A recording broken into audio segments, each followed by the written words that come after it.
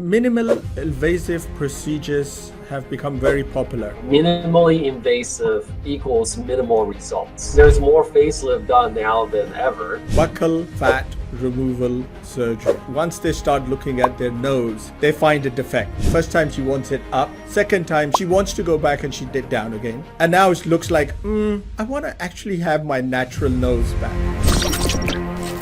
Hello and welcome to another episode of KhanKlinics, powered by the health section of American Muslim Today. I'm your host, Dr. Amir Khan. Today, we have a unique guest from the field of reconstructive surgery. Dr. Tang Ho is a physician in facial and plastic surgery. He currently serves as the chief of facial plastic reconstructive surgery and is the assistant professor in the Department of Otolaryngology, Head and Neck Surgery at UTHealth McGovern Medical School in Houston. His specialties include aesthetic, reconstructive surgery of the face, which ranges from facial rejuvenation procedures like facelift, Botox injections, to complex facial reanimation for facial paralysis and reconstructive surgery after skin cancer. In addition to his medical degree from Johns Hopkins, he holds a master's from the University of Edinburgh in sociology. He's double board certified. He's recognized with numerous honors, including the Faculty Member of the Year Award, McGovern's Medical School Dean's Teaching Excellent Award, and the Castle Connolly Top Doctors Award. Dr. Tang,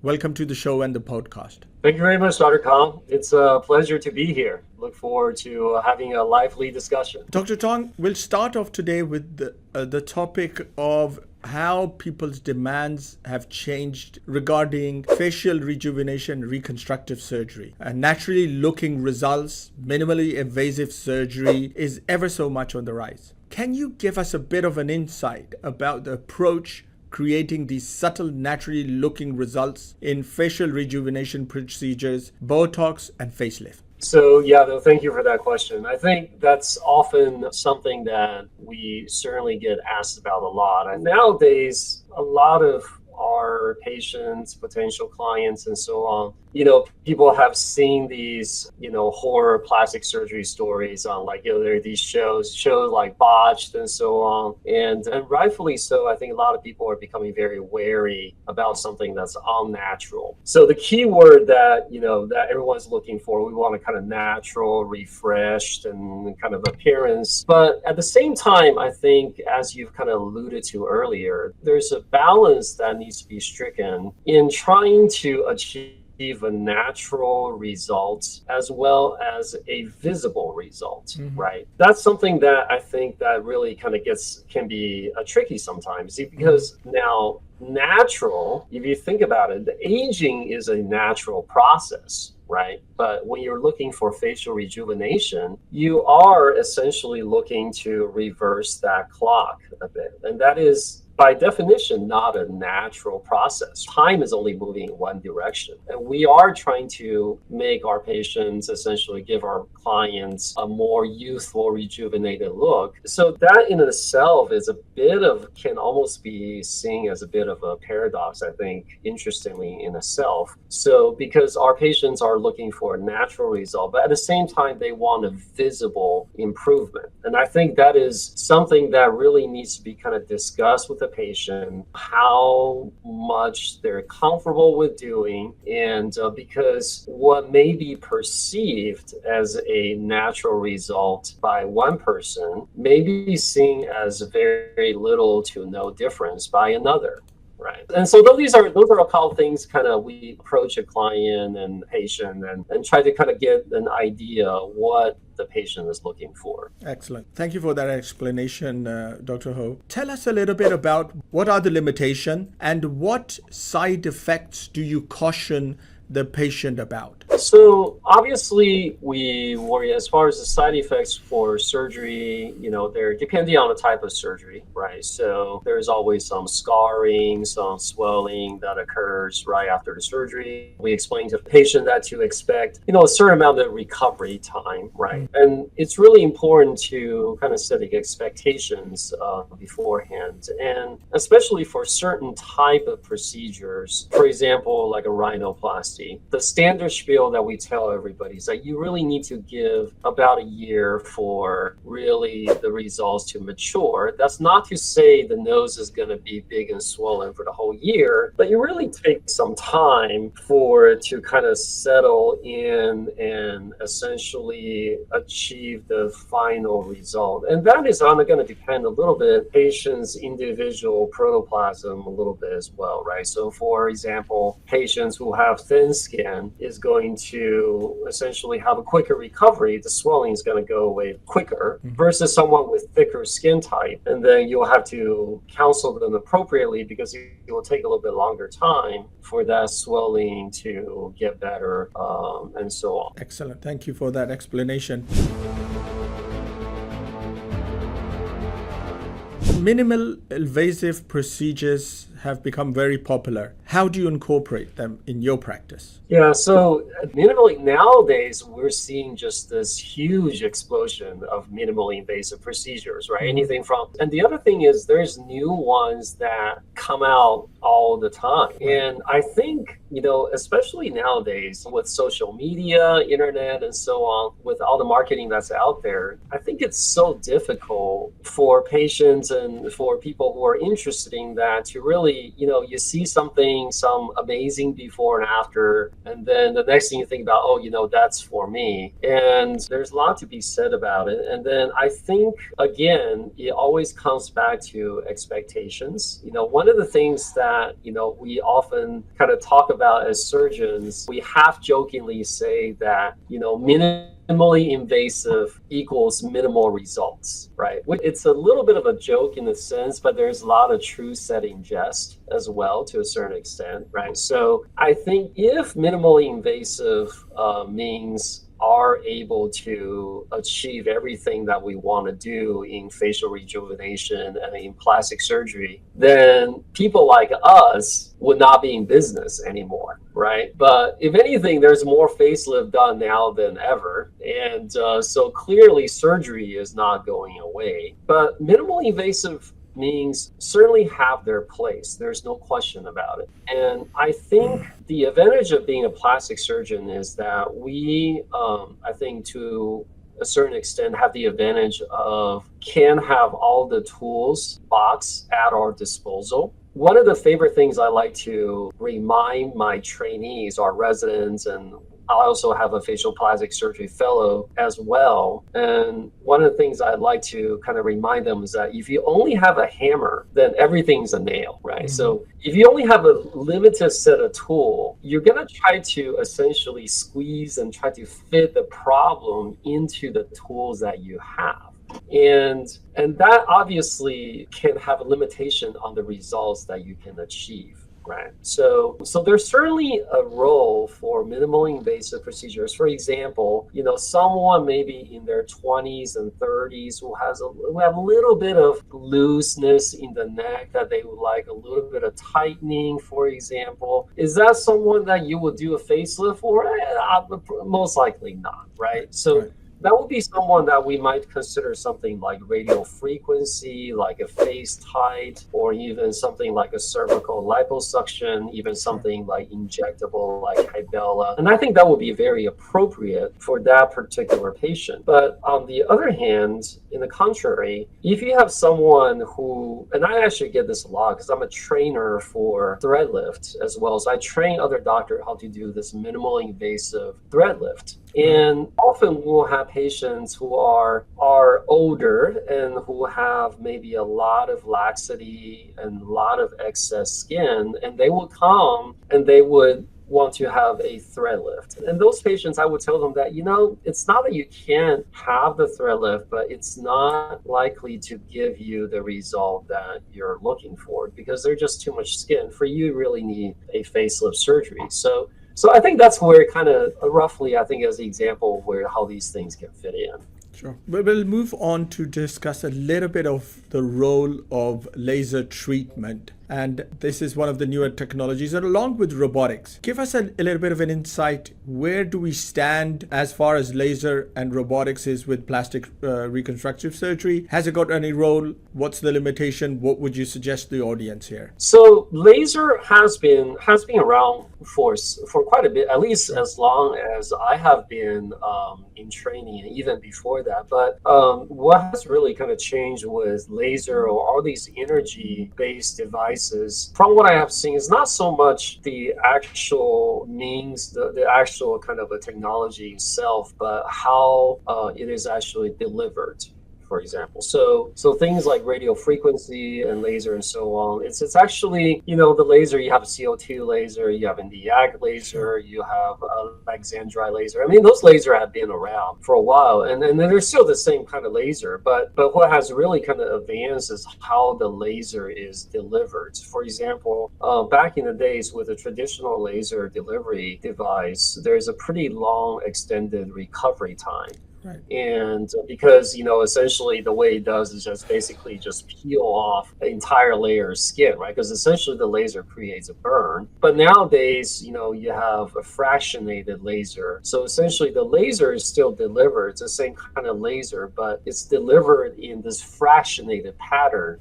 Right. So the laser is spaced out on the face so that you have essentially area of untreated skin and then treated skin, so that allows the recovery to be quicker. And then as far as robotics go, primarily the role is more in reconstructive surgery. As far as I'm aware of, when it comes to aesthetic surgery, we're not really kind of utilizing robotics that much per se, because that does add to extra cost as well for the patients. And there hasn't, to my knowledge, a lot of utilization of robots in aesthetic surgery. But in reconstructive surgery, especially in the head and neck surgery area, where the reconstruction can be in areas, for example, deep down the throat, where the access is a little bit more limited, robots have had some roles in that. Thank you. Thanks for that explanation. We'll move on swiftly to the next favorite topic that's been put on top of the list: buccal fat removal surgery. Since its social media exploded, this form of surgery, everyone has put in this question: what's your thoughts? Give us an insight. And we're not asking who you performed it on, but give us a little bit of insight on this. Yeah, so it's very prevalent in the social media world, right? So there certainly is a role for it. Also,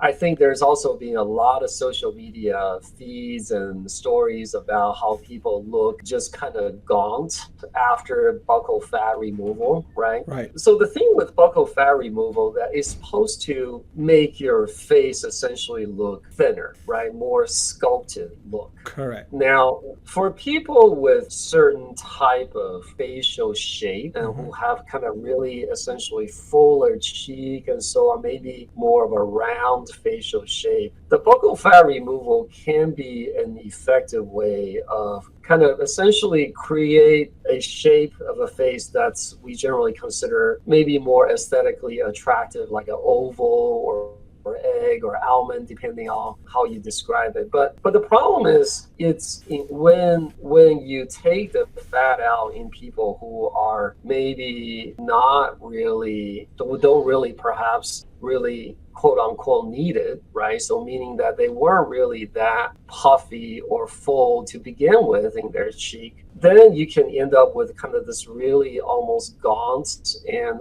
to me, almost too sculpted. It almost looks a little malnourished type of look. Okay. So as with all aesthetic surgery options, you really have to kind of essentially choose the right patients, right? So people who are really kind of suitable for that treatment. And the other thing is that with buccal fat removal, it doesn't really regenerate that much. So once it's removed, it takes a long time, if at all, for it to come back. And the thing is, as you get older, if your buccal fat has been removed, one of the things that a lot of time we do as you get older is that we try to give you more volume. as well, right? So if you've lost all that volume when you're young, as you get older, that can essentially set you back a little bit further behind as you get older as far as the volume depletion is concerned. So you mentioned malnourishment, the face looking a little bit, you mentioned irreversibility of the procedure, buccal fat. What are the other complications one should be worried about when you're performing this procedure and the risk you explain to your patient? So the buccal, fortunately, it's a relatively low risk procedure. I would say that probably the biggest risk is probably removing too much fat. Okay. Now, generally, these are done through an intraoral incision. It's an incision that's inside the mouth. The incision generally is very close to the essentially the duct where the parotid gland drains saliva. Mm-hmm. So you're making an incision that essentially potentially could cause injury to that duct. So that would be one of the risks. And also you're close to some facial vessels as well. Mm-hmm. One of the branches of the facial artery doesn't come across in that area. Right. So bleeding will be a concern as well. But I would say, but those are generally for any surgeon who's competent and who knows what they're doing. You're not really at too much risk in that area. I would say the main risk really is in the potential risk of removing out too much fat. Dr. Tang, what would you tell or advice give to the younger group that is coming out and wants this procedure done? I think my best advice will be find someone that you trust that can give you an honest assessment on whether or not the buccal fat removal is really indicated will really benefit you. I think finding a surgeon that you can trust to give you an honest assessment, I think that is probably the most important thing, because the procedure is not a difficult procedure. It's any plastic surgeon can perform this, but you really want to kind of get an objective assessment, as with any cosmetic procedure, on whether or not this is something going to really benefit you.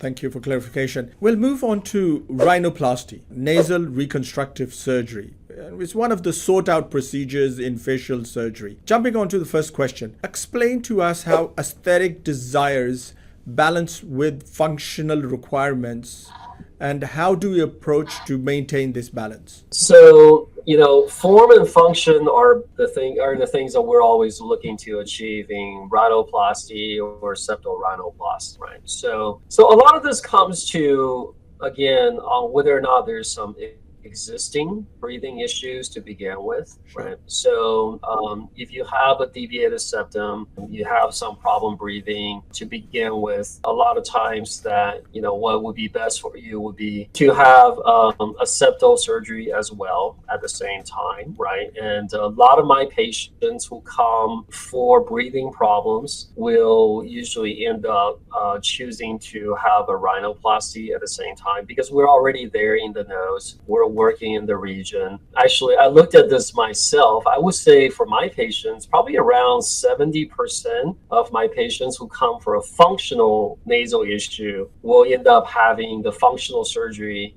as well as the cosmetic external rhinoplasty at the same time. And when we perform a rhinoplasty, whether it's cosmetic only or one that is functional and cosmetic in nature, the key is really not to remove too much cartilage. And the evolution of the rhinoplasty over the years, really, if you look at how the rhinoplasty has been performed, like say 30, 40 years ago, is really primarily a reductive surgery or reductive process, right? So the goal is to essentially, another one of my sayings, what I tell my residents is that in facial plastic surgery, we're aiming to essentially do a smaller nose, bigger eyes, and tighter skin. Mm-hmm. Those are essentially three things that probably covers 99% of what we do in facial plastic surgery. Okay. A smaller nose, a bigger eyes, and then tighter skin. So say 30, 40 years ago, like the rhinoplasty really was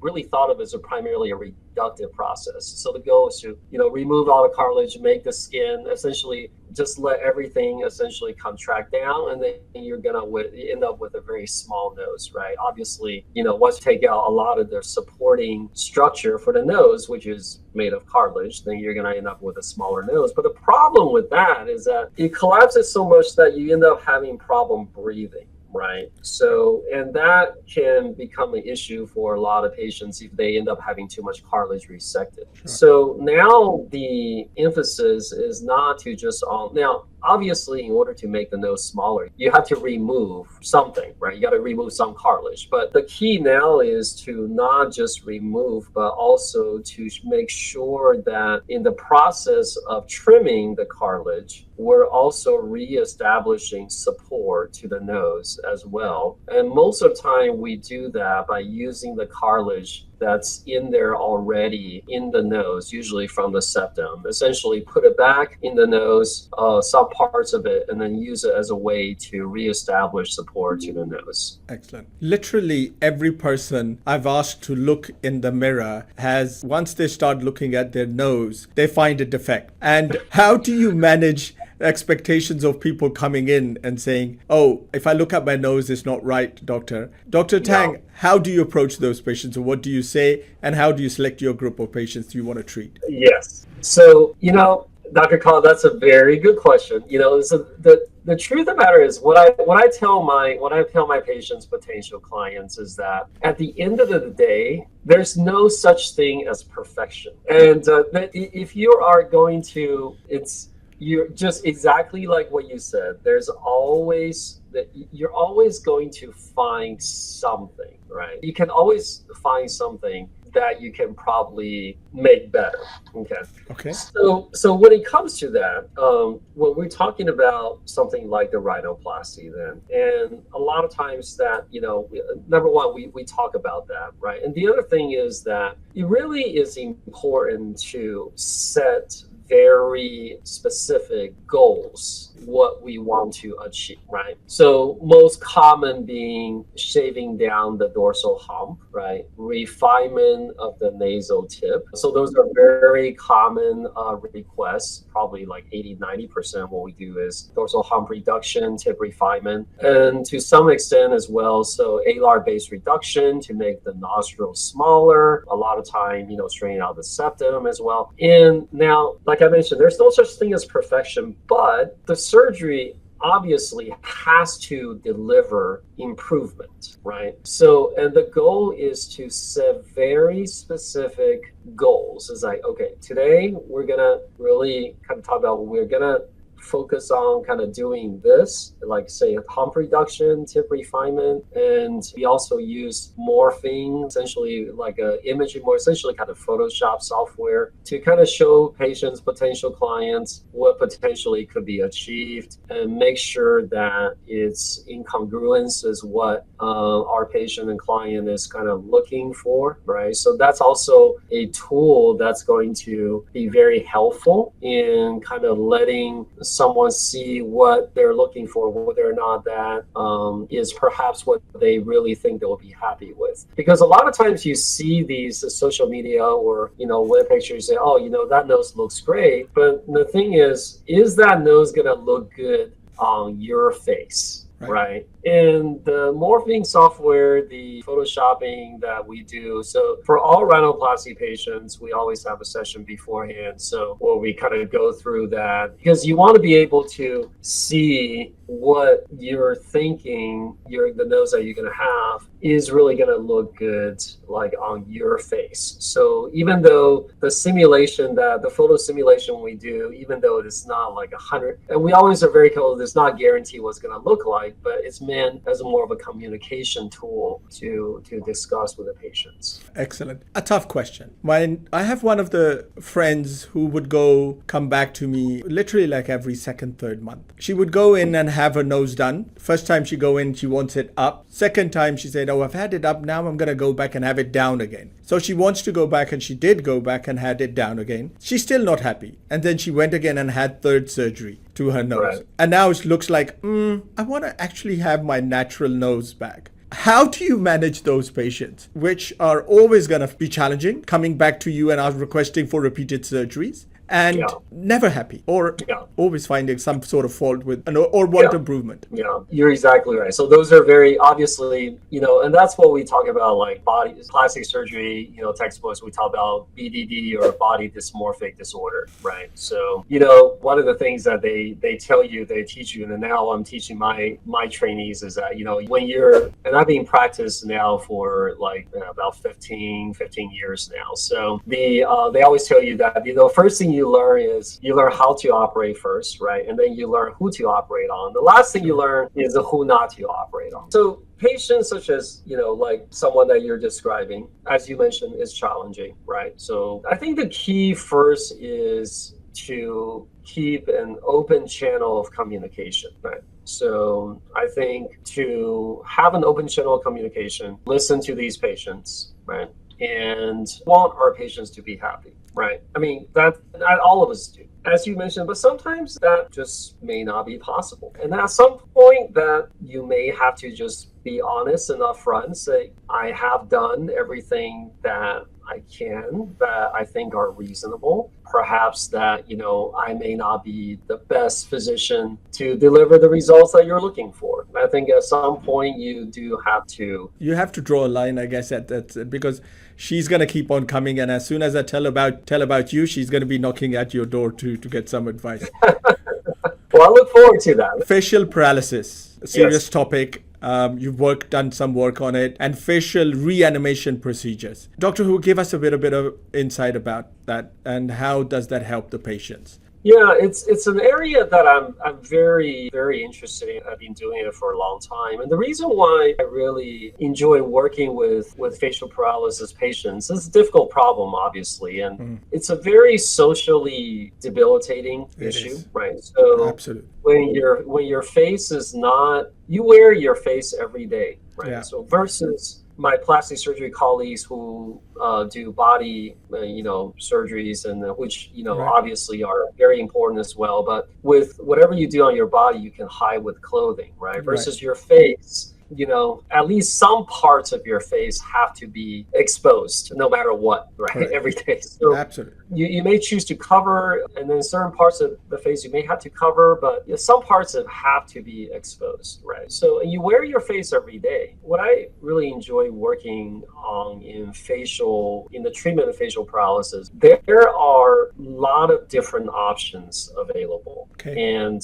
varies from something as simple as like a facelift type of procedure, where essentially you're tightening the skin, pulling the lip tight, which is a relatively small procedure, to something that we do where we transplant muscle from your leg that includes the blood vessel and the nerve to essentially try to bring movement to the face again. And that's a big surgery, like 6 to 8 hours. You'll be in the hospital probably about 3 to 5 days afterwards for us to kind of monitor the flap. There is just a plethora of different options that are available to our facial paralysis patients. And the best treatment option for the patient that is in question really depends on a very individualized, tailored treatment plan that has to, number one, take into account what the etiology of the facial paralysis is. Number two, how long has it been there, the duration. And lastly, but certainly not the least, how much does the patient wish to do? So these are really three things that are going to dictate what the best option for the patient is. Right. So for someone, for example, who has the facial nerve cut or severed, whether it's due to cancer or trauma, that has been paralyzed for more than a year, this would be like a board question that we would have on plastics board. It was like, what would be the best option, right? So someone who has the nerve who's cut, where it's kind of coming back, who's been there for a long time, and the muscle itself has atrophy. So if you just reconnect the nerve, it's not going to do anything because the muscle has wasted away already, right? So the textbook answer for that would be, well, this person needs a free muscle flap, like a gracilis free flap, essentially a muscle transplant. But what if the patient doesn't want to have such a big surgery, right? So kind of going back to what we were talking about as far as minimally invasive procedures and so on, for whatever reason, they may not want to have a 10-hour surgery. Well, then what do you do, right? So then, you have to take that into account. And then, so maybe a limited lifting procedure, Right. Or sling procedure, in that case, may be the correct answer, right? Because even though the textbook answer will be like, well, they really need a muscle free, but that's not what the patient desires. And you have to listen to what the patient's wishes are and then kind of adapt your treatment plan accordingly. Right. Well, thank you for that answer. That explains it. Our next topic is about cancer. You mentioned a little bit about that on the face is particularly debilitating, like it is if you have facial paralysis. Give us the challenges that one faces or you face when you're doing reconstructive surgery after skin cancer removal, particularly if it's very visible on the face, Dr. Hu. Yeah. So obviously on the face, the aesthetics are important, right? So I think that goes without question. But I think something that may not be immediately obvious as a challenge on facial reconstruction, and this is something I like to actually quiz my trainees, is that you really have to pay attention on what the effect of your proposed reconstruction is on the surrounding facial structure. Okay, because you don't have a ton real estate to work with on the face, right? Say you have a cheek skin cancer and you had that removed and you're going to reconstruct that defect or hole in the cheek with some skin that's going to be pulled up to essentially moved in to close the hole. Is that area, what is your cheek close to? Well, it's very close to your eyes. Right. So if you're pulling the skin to close the cheek from around the eye area, you end up going to potentially cause a different problem by causing, like, say, ectropion, where your lid is retracted down like this, right? And that certainly is not something that you want, right? Because number one, aesthetically, that's not good. Number two, it also makes it difficult for you to close your eye, which in itself can cause a different problem as well. So when you do facial reconstruction, and then same thing can be said that, if the defect, going back that same example where it may be a little bit closer to the side, closer to the lip, and then depending on which part of the facial skin that you're moving to try to close that, you may end up distorting the lip structure in itself, right? So that is another consideration that you need to think about when you're doing facial reconstruction. And obviously, some other things related to that would be the color match of the skin, right? Because if you're going to do something like a skin graft, you're taking skin from somewhere else, but the match of the skin graft may work okay, but the color match of the skin, say you take it from your arm, from your thigh, may be a lot paler than what you have on the face. So even though the skin graft can cover the hole, it may end up looking not so aesthetically pleasing, right? So you may end up looking like a bandage, like a permanent bandage that's on your face, and that could be very stressful for someone to have that and be conscientious about it. So a lot of times we may elect to do what we call like a local flap, where we try to utilize some of the skin from around the face to try to close that defect. Excellent. Thank you very much for that explanation. Dr. Ho, give us the new innovations that are on the horizon that excite you in plastic reconstructive surgery. Yeah, so that's a great question, because I think there's a lot of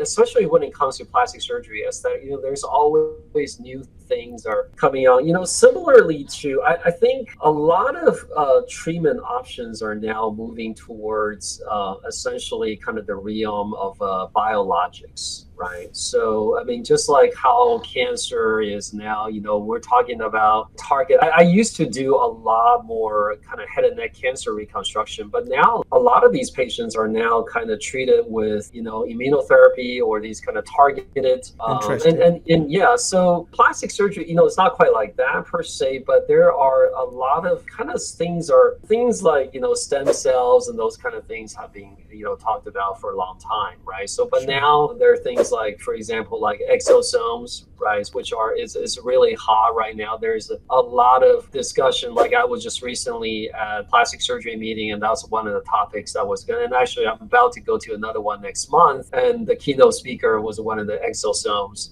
person. Now, the issue with the exosomes right now is that it's not FDA approved therapy just yet. Okay. But it has been used in some other areas of medicine because it's this whole area of essentially what we consider regenerative medicine, I think holds a lot of potential. But at the same time, I think it's an area that definitely needs to be kind of looked at, and there needs to be some careful regulations. And I think it's very important also for us as providers, as physicians, as surgeons to kind of really essentially assess whether or not these treatments are really safe and then appropriate for our patients, because our patients count on us to be their fiduciary and do what's best for them. Right. Sure. And I think it really kind of lies upon us to kind of do the due diligence to make sure that these therapies are well, obviously you want them to be effective, but